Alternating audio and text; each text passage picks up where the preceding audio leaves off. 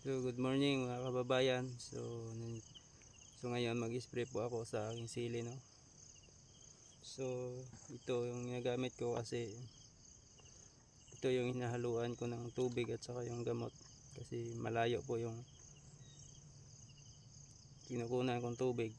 So malayo pa yung sili ko doon pa sa taas. Gawa ng paahon po kasi yung area. So malayo po siya sa ilog at malayo yung pagkunan ko ng tubig. So hanggang dito lang yung aking hose, no. Ito. Hanggang dito lang to. Ito. Kasi hindi ko na dinugtungan papunta dun sa taas sa aking sili kasi malayo na po at malaki po yung gastusin. So mga 80 meters pa po galing dito papunta sa aking sili na inisprehan kasi yung pinanggalingan ito po ay 300 meters na po ito galing sa water pump sa makina doon sa ilog sa baba po. So sobrang haba na po nito, 330 meters na po ito. So hindi ko na po ito dinugtungan kasi nagpalipat na po kami ng area sa sunod na taon. So maglipat na po kami ng pagkunan ng tubig. So ganito kahirap dito mga kababayan sa aming lugar kasi paahon na doon, mataas yung lugar na taniman namin. So malayo yung source ng tubig. So ganito yung ginagamit natin, 2 balde, tapos ito po yung ginagamit namin pang kuan. Tawag nito ay sa amin ito ay balagwet. So ito yung ginagamit namin sa 2 balde, tapos dinadala ko doon sa taas.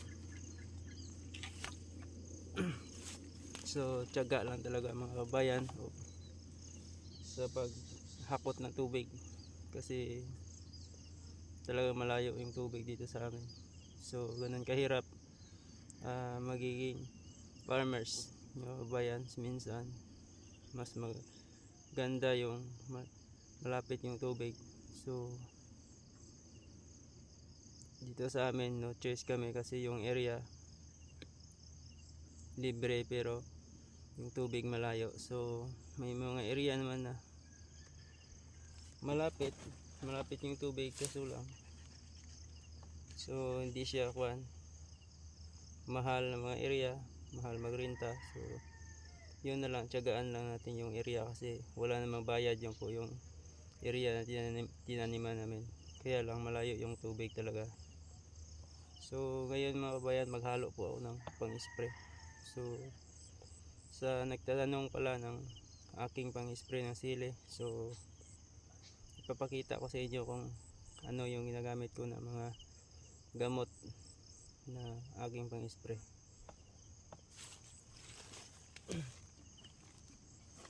So ito mga kabayan, yung ginagamit ko na pang spray, Gold Rush. Ito po yung ginagamit ko sa sili at ito rin yung ginagamit ko sa aking kamatis. At yung alternate nito, may basiyo dito. Ito yung alternate.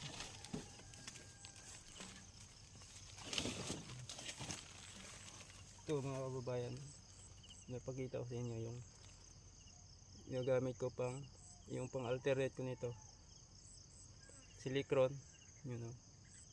Ito rin yung ginagamit ko sa sili kasi hindi pwede yung ito lang yung gamitin mo sa pang spray balik-balik kasi may immune po yung insecticide o yung peste pag ito lang, yung isa lang gamot yung gamitin mo. Kailangan talaga may alternate ka. So ito yung in-alternate ko na gamot, silicron.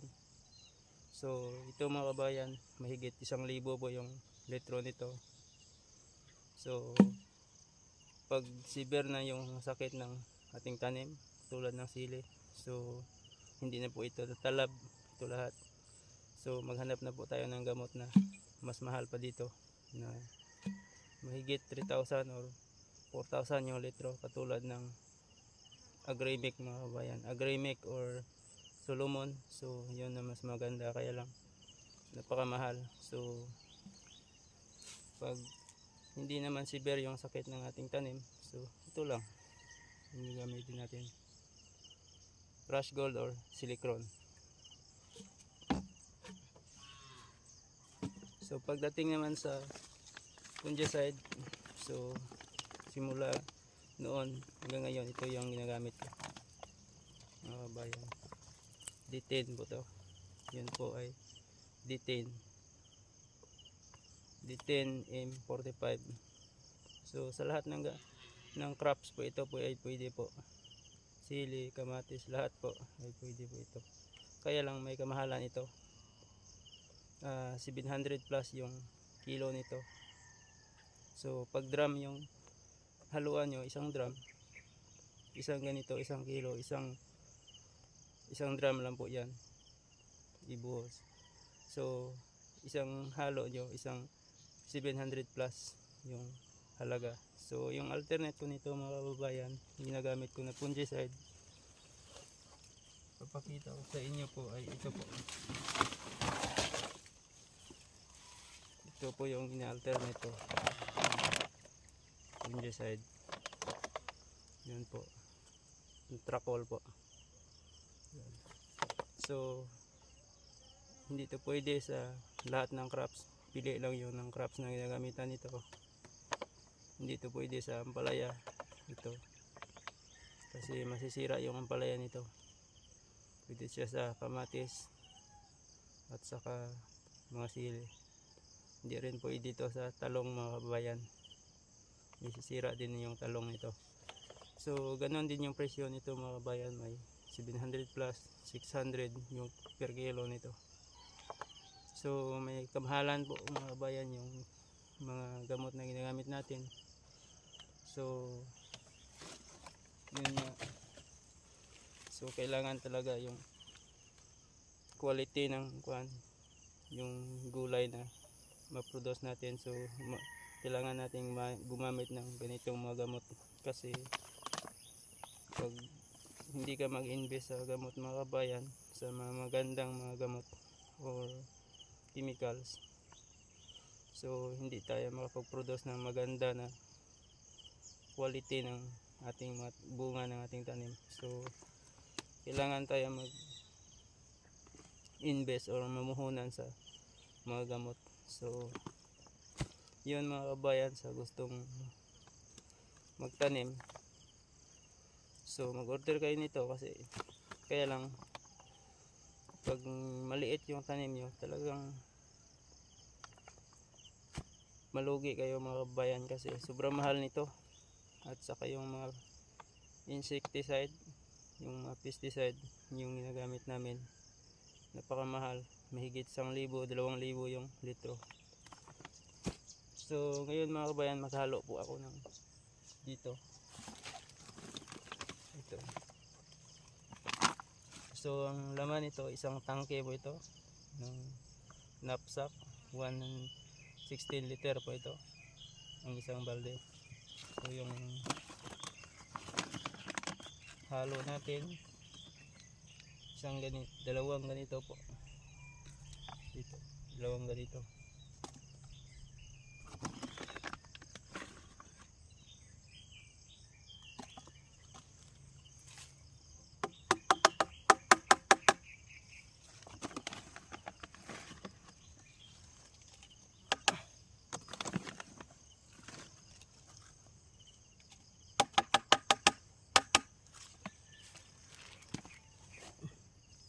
At sa dito sa pesticide o insecticide,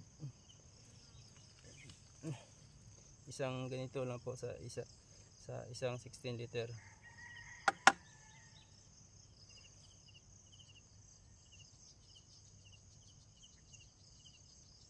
Yun po mga kabayan.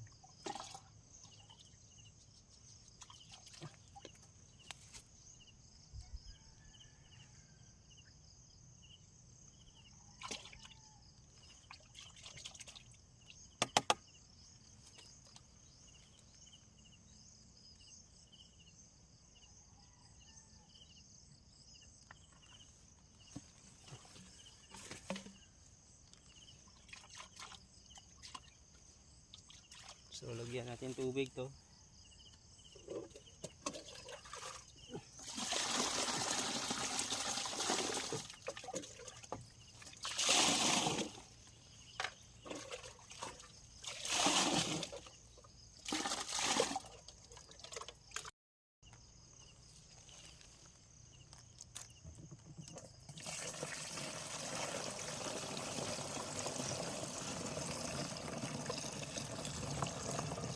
Yung kulay niya mga kabayan ay kulay dilaw,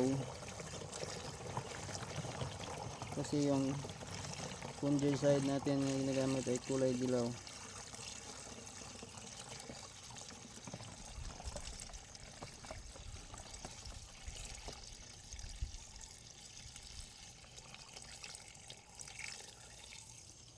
So hindi pa siya napuno, dagdagan natin ng tubig.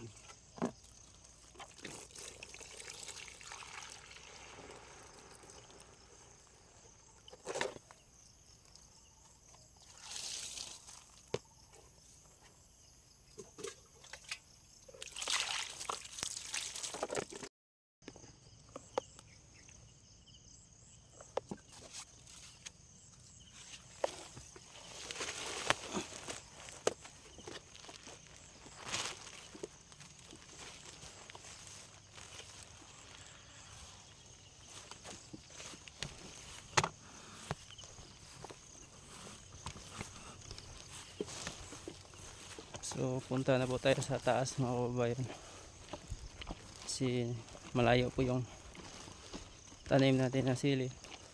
Kailangan talaga natin magtiyaga.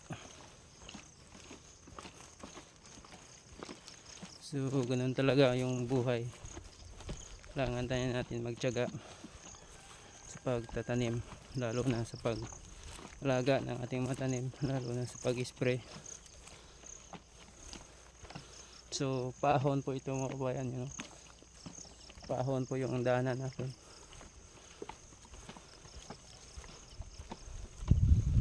Yun po.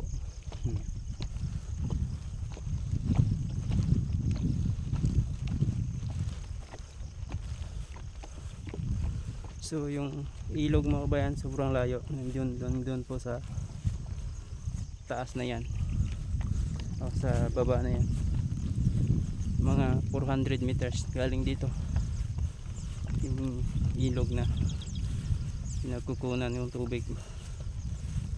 So ganun kalayo.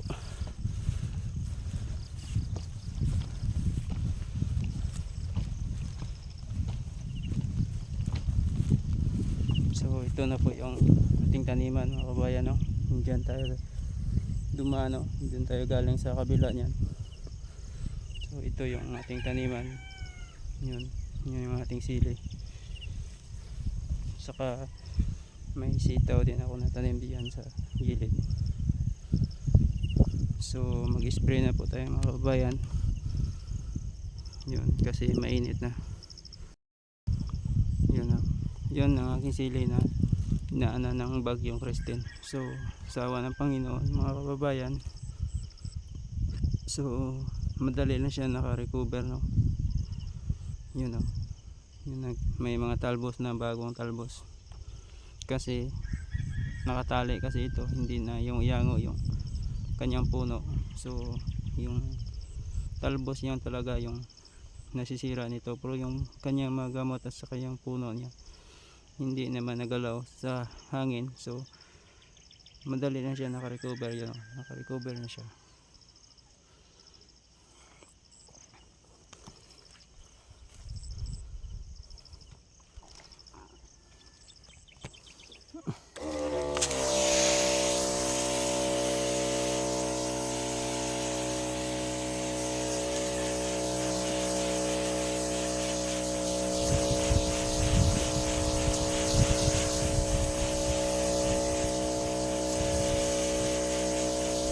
Isprayan ko to mga kabayan, kasi isang linggo, isang beses lang po mag-spray dito, kasi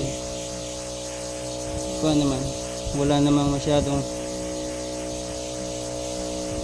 iste, kasi maganda naman yung pang-spray na ginagamit natin. isang linggo, isang beses na po tayo mag-spray. Pag wala namang, sa tingin natin yung tanim natin na wala namang masyadong peste. So, isang beses na po tayo mag-spray para madali siyang makapag-recover yung mga ugbos niya.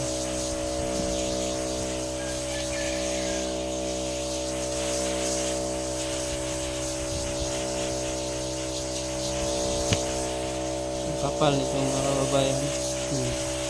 Sobrang kapal talaga nito.